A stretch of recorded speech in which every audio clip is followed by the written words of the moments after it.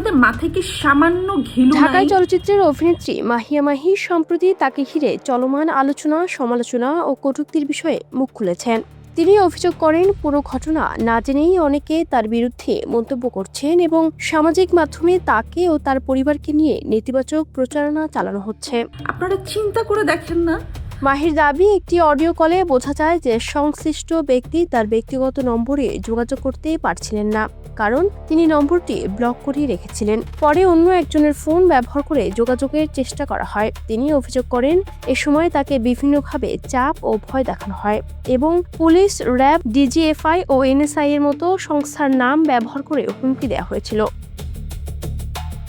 অভিনেত্রী জানান, বিষয়টি নিয়ে তিনি পরিচিতজনদের জানিয়েছিলেন এবং সহযোগিতা চেয়েছিলেন। তার অভিযোগ, প্রভাবশালী ব্যক্তির কারণে অনেকে সরাসরি পদক্ষেপ নিতে পারেননি। পরিস্থিতি সামলাতে তিনি নিজের নিরাপত্তাকে গুরুত্ব দিয়েছেন এবং কোনো সংঘাতে জড়াতে চাননি।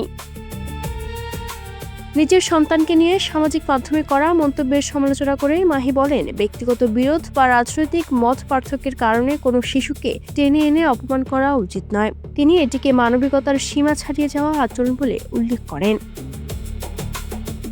রাজনৈতিক অবস্থান প্রসঙ্গে মাহি বলেন, নিজের মতামত প্রকাশের অধিকার তার চেয়ে এবং সমালোচনার কারণে তিনি নিজের বিশ্বাস পরিবর্তন করবেন না।